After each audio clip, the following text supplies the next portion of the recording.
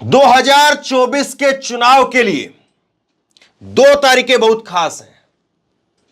पहली तारीख है 14 जनवरी इसी महीने की, और दूसरी तारीख है इसी महीने की 15 जनवरी। 14 तारीख को राहुल गांधी वो मणिपुर से मुंबई तक अपनी यात्रा की शुरुआत करेंगे। अब उनकी इस यात्रा में क्या कुछ असर होगा, क्या कुछ लोग उनसे जुड़ पाएंगे, नहीं जुड़ पाएंगे, क्या उसका राजनीतिक तौर पर कितना फायदा होगा, नहीं होगा, वो एक 2024 के लिए बड़ा फैक्टर है। और उसके साथ साथ दूसरा बड़ा फैक्टर 2024 के चुनाव के लिए जो हो सकता है वो 15 जनवरी के दिन दिख सकता है। 15 जनवरी यानी मायावती जी का जन्मदिन, और मायावती जी अपने जन्मदिन पर अक्सर बड़ी घोषणाएं करती है, बड़ा ऐलान करती है।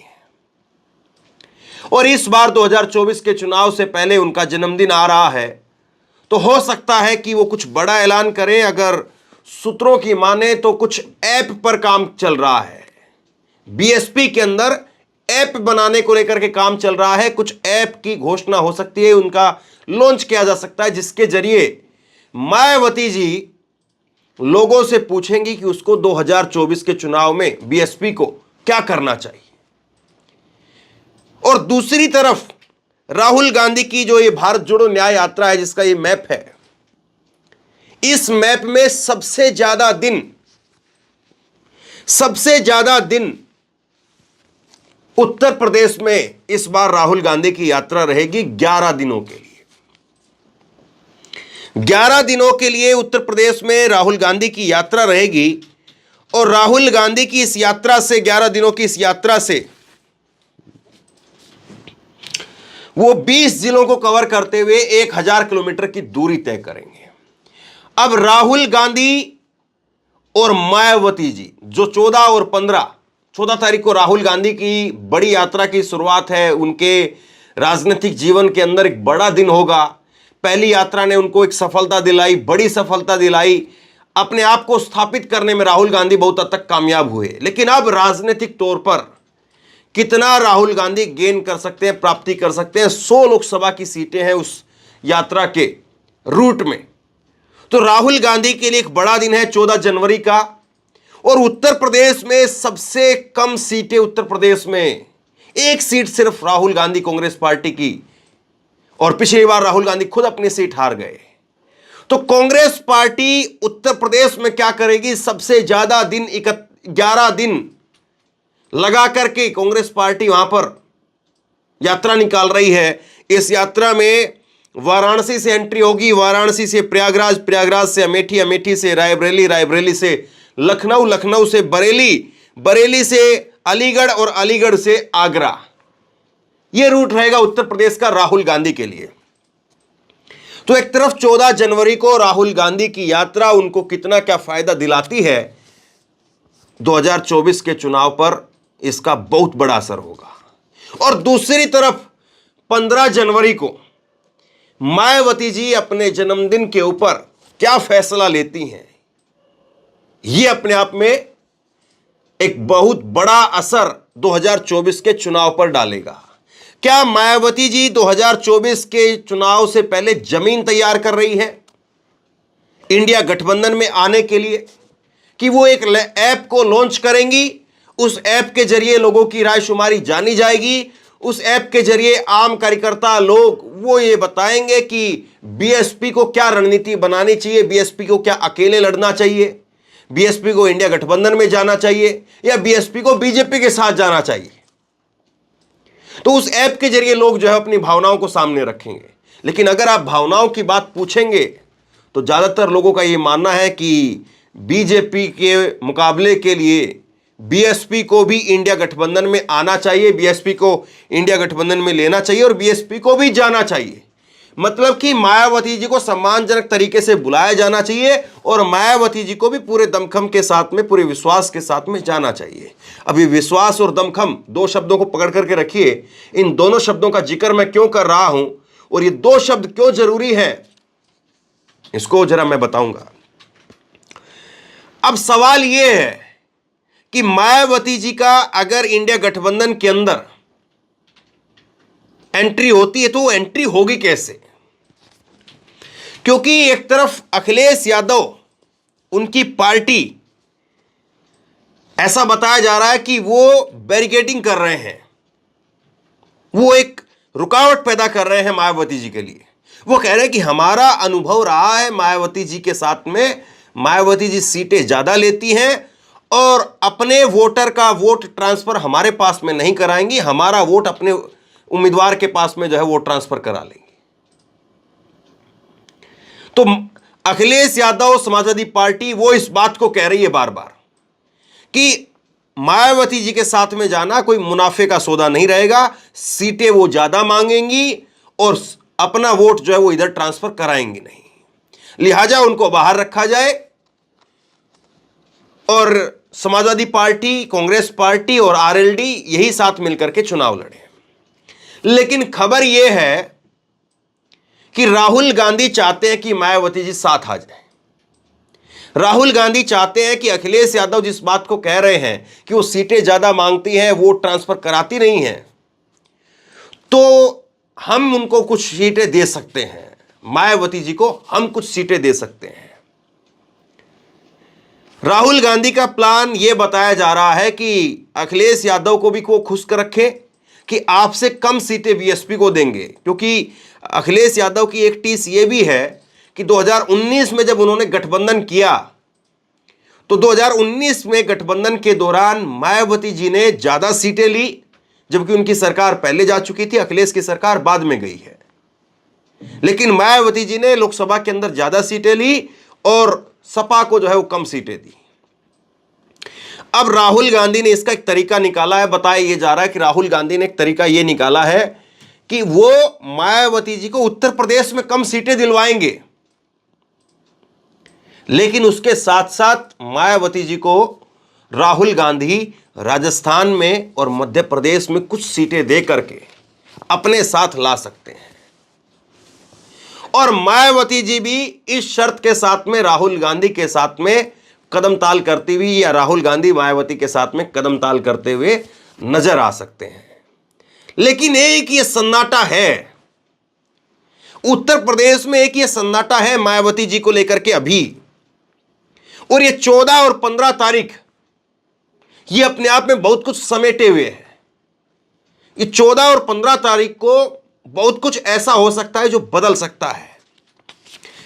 और अगर राहुल गांधी की यात्रा कामयाब रही तो जो 100 सीटों का गणित वो लेकर के अपने हाथ में चल रहे हैं, और उस 100 सीटों के गणित में से अगर कांग्रेस पार्टी वो 30 सीटें, 25 सीटें भी निकाल पाती है, तो कांग्रेस पार्टी अपने आप में, जो लोकसभा के चुनाव की अगर पूरे भारत की बात करेंगे, पूरे देश की बात करेंगे, तो अपने आप में 100 से ऊपर चली जाएगी, 125, 150 के आसपास कांग्रेस अपने आप पहुंच जाएगी।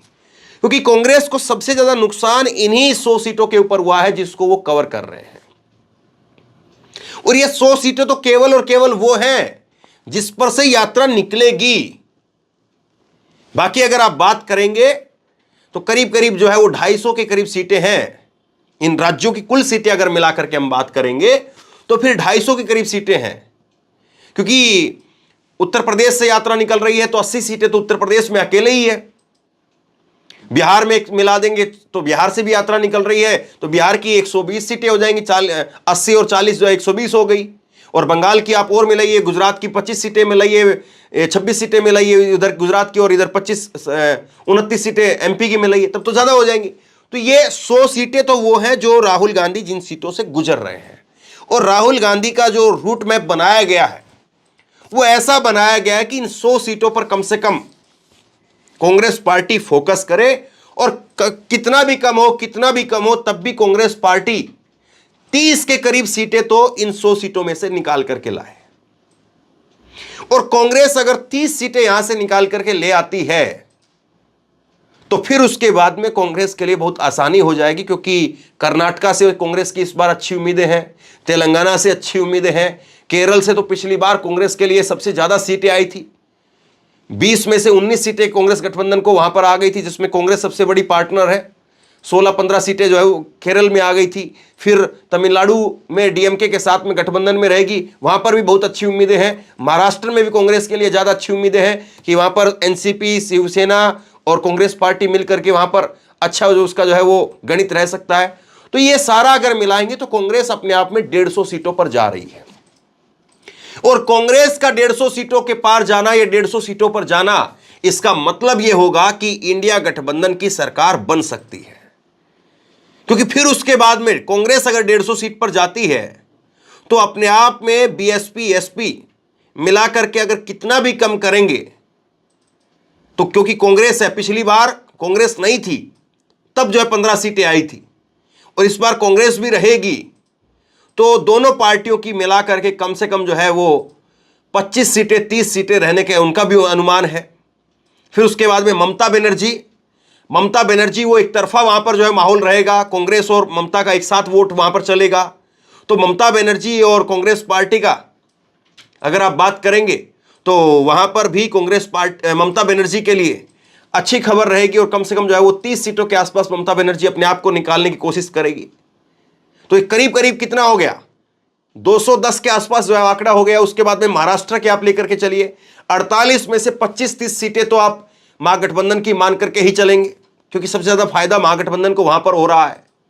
तो 250 के करीब सीटें यहां पर हो गई सीधे तौर पर, ये मोटे मोटे राज्य हैं। और उसके बाद में कुछ सीटें जो है वो हरियाणा से भी आए, कुछ सीटें जो है वो उसके बाद में 2 सीटें जो है वो आपको इधर से भी आती हैं, यह आपका जम्मू कश्मीर से 1-2 सीटें आपकी जो है वो उत्तराखंड से, 1-2 सीटें हिमाचल से, और उसके बाद में 13 सीटें पंजाब में है। पंजाब में आम आदमी पार्टी और कांग्रेस का गठबंधन होता है तो 13 और 7 दिल्ली की हैं, 20 सीटें कुल हैं। 20 में से अगर 10 सीटें, 15 सीटें भी अगर इंडिया गठबंधन लेने में कामयाब रहा तो सीधे तौर पर यह आंकड़ा जाकर के 280 पर जाता है। और 280 पर आना मतलब कि सरकार बन गई। 272 आंकड़ा चाहिए। अब राहुल गांधी का यही प्लान कि मायावती जी को अगर गठबंधन में लिया तो फिर जो वो एक तबका है जो छिटक सकता है, क्योंकि मैं आपके सामने गणित रखता हूं। 2014 का ये गणित आप देखिए। 2014 का पार्टी 71 सीट जो है वो बीजेपी जीतती है, वोट शेयर 42% रहता है, 3,43,18,354 वोट मिलता है। समाजवादी पार्टी को 5 सीट मिली, 22% वोट शेयर मिला और 1,79,00,000 वोट मिला। कांग्रेस को 2 सीटें मिली, 7% वोट रहा और 60 लाख लोगों ने वोट दिया। अपना दल को 2 सीटें मिली, 1% वोट शेयर रहा। बीएसपी को यहां पर कोई सीट नहीं मिलती है, 0 सीट, 2014 का आंकड़ा, लेकिन 19% वोट शेयर रहा। और राहुल गांधी की नजर इस 19% वोट शेयर पर है कि 19% का जो वोट शेयर है इसको अगर आप दूर रखेंगे, बाहर रखेंगे तो फिर पार नहीं पड़ेगी। 19% ये मिलेगा। अब देख लीजिए, ये गणित जो है मैं आपके सामने रखता हूं। सपा, एसपी और कांग्रेस, आईएनसी, बीएसपी और आरएलडी अगर मिल जाता है तो 50% वोट शेयर हो जाता है। समाजवादी पार्टी के पास में 20-22% समाजवादी पार्टी के पास में वोट शेयर है। 2014 में 22% वोट शेयर मिला था। कांग्रेस का 7-8% के आसपास वोट शेयर अभी भी है, तो 7% आप वो मान करके चलिए। बीएसपी को 19-20% वोट शेयर हमेशा मिलता रहा है, ये 19% वोट शेयर है। आरएलडी को भी 1% के आसपास वोट मिलता है, तो कुल मिलाकर के ये वोट शेयर हो जाता है 50%। तो 50% ये वोट यहां पर हो गया और ये वोट अपने आप में निर्णायक हो जाता है। बीजेपी 50 से नीचे रहकर के 43% पर रह जाती है। बीजेपी का वोट शेयर 42%, अपना दल का वोट शेयर 1% और एनडीए का वोट बनेगा वो 43%। मतलब कि बीजेपी यहां पर पीछे है और काफी पीछे है। अब आप बात करिए 2019 की। 2019 की बात करेंगे तो बीजेपी को 62 सीटें मिली, 49% वोट शेयर रहा। 4,28,57,221 लोगों ने वोट किया बीजेपी को। समाजवादी पार्टी को 5 सीटें मिलती हैं, 18% वोट शेयर मिलता है। मतलब 22% से 4% गिर करके 18% पर आ गए समाजवादी पार्टी का वोट शेयर। सीटें बराबर रही 5%। 1,55,33,620 लोगों ने वोट किया। बीएसपी को सबसे ज्यादा 10 सीटें यहां पर फायदा हुआ। दूसरी सबसे बड़ी पार्टी बीएसपी बनी यहां पर उत्तर प्रदेश के अंदर। 10 सीटें रही, 19% का वोट शेयर रहा, 1,66,58,917 लोगों ने वोट किया।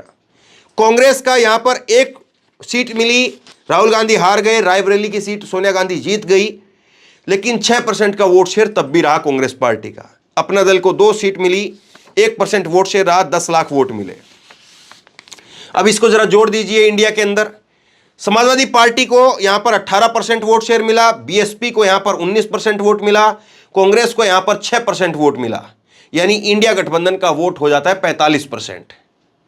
और अगर 20-22% वोट शेयर यहां से अगर आप निकाल दे बीएसपी का, तो कांग्रेस और यहां पर समाजवादी पार्टी और आरएलडी अगर ज्यादा सीटों पर लड़ भी ले तब भी फायदा नजर नहीं आएगा, क्योंकि 20-22% जो है वो समाजवादी पार्टी का वोट है और 10 के करीब % वोट जो है वो कांग्रेस और आरएलडी का मिलाकर के हो जाएगा। तो कितना वोट शेयर रहा आपका? 40% आपका रहा।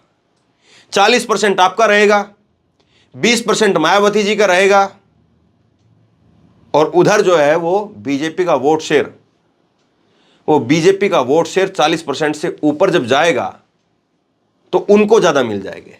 अखिलेश यादव का गणित ये है कि इस बार मायावती जी का जो ये 20% का वोट शेयर है, ये 20% वोट शेयर खत्म हो जाएगा और ये 20% वोट भी कांग्रेस और एसपी को ही आएगा। उनका गणित ये है और इसीलिए हमको ज्यादा लड़ना चाहिए, वो ये मानते हैं। लेकिन अगर आप देखें तो कांग्रेस पार्टी को 1 सीट आई है और कांग्रेस को अगर 10 सीटें मिल जाती हैं, 15 सीटें मिल जाती हैं, तो कांग्रेस के लिए बहुत फायदे का सौदा है, क्योंकि 10 सीटों में 15 सीटों में अगर मजबूती से लड़ते हैं तो 1 सीट की जगह पर अगर 5 सीटें आ गई उत्तर प्रदेश में तो बहुत बड़ी बात हो जाएगी। और अगर सपा भी साथ में आ जाए इसमें और कांग्रेस की 15 सीट में से 10 सीटें आ जाएं, तो फिर बताइए कितनी बड़ी बात होगी इसके लिए। आरएलडी को 5 सीटें मिल जाए, 2 सीटें 4 सीटें जो है वो आजाद समाज पार्टी को दिया जाए, और फिर उसके बाद में बीएसपी और एसपी में बाकी की बची हुई सीटों को बांट दिया जाए। उसमें समाजवादी पार्टी को ऊपर दे दिया जाए नंबर और बीएसपी को नंबर कम दे दिया जाए, और बीएसपी को फिर कांग्रेस पार्टी और मध्य प्रदेश के अंदर और राजस्थान के अंदर सीटें देकर के उसकी भरपाई कर दे। तो यह सीधा तौर पर गणित जो है वो बताता है कि अगर 20 सीटों पर कांग्रेस, आरएलडी और आजाद समाज पार्टी चंद्रशेखर आजाद वो लड़े 20 सीटों पर, और 60 सीटें वो छोड़ दें सपा और बसपा के लिए, और इसमें 60 में से 30 सीटें या 35 सीटें जो हैं, 35 सीटों पर जो है वो सपा पार्टी लड़े और 25 सीटों पर जो है वो बसपा लड़े, और बसपा को जो है फिर उसके बाद में 5 सीटें 7 सीटें वो दे दी जाएं राजस्थान को अंदर, और राजस्थान के बाद में यहां पर मध्य प्रदेश के अंदर 4 सीटें 5 सीटें जो है वो मध्य प्रदेश में दे दी जाए भिंड ग्वालियर से लगती हुई, और 4 सीटें 5 सीटें अलवर और जो है वो तिजारा से लगती हुई वो यहां पर दे दी जाए राजस्थान के अंदर। तो इंडिया गठबंधन के अंदर मायावती जी की एंट्री सहज तरीके से हो सकती है, वरना बीजेपी जो है उसको हराना मुश्किल होगा, और बीजेपी को अगर उत्तर प्रदेश में नहीं रोक पाए तो फिर मामला ये कहना जो है वो बड़ी बात नहीं होगी कि फिर से मोदी सरकार बन जाएगी। क्योंकि अगर 80 सीटें की 80 सीटें वहां पर निकल गई, या 80 में से मान लीजिए कि वही 60-65 सीटें भी अगर आ गई, तो भी फिर आप जो है वो दूसरे स्टेट से लेकर भी आएंगे वोट या सीटें तो कम पड़ जाएंगी। लेकिन अगर यहां पर रोक देते हैं, यहां पर आप रोक देते हैं, यहां पर अगर बीजेपी को 30-40 तक अगर आप रोक देते हैं तो फिर बहुत बड़ी जीत हो सकती है। तो बहरहाल ये 14 और 15 तारीख को, 14 और 15 जनवरी को क्या होगा और उसका क्या असर रहेगा, यह सबसे बड़ा सवाल है। आप बताइए, राहुल गांधी को क्या कांग्रेस पार्टी को, राहुल गांधी को मायावती जी को इंडिया गठबंधन के अंदर लेना चाहिए, उसका फायदा होगा या नहीं? उससे जो है वो समाजवादी पार्टी भी छिटक सकती है, या समाजवादी पार्टी इंडिया गठबंधन में आ जाए, या समाजवादी पार्टी, कांग्रेस पार्टी और बीएसपी ये सब अगर इंडिया गठबंधन में रहें तो भी उत्तर प्रदेश में बीजेपी को नहीं हराया जा सकता है।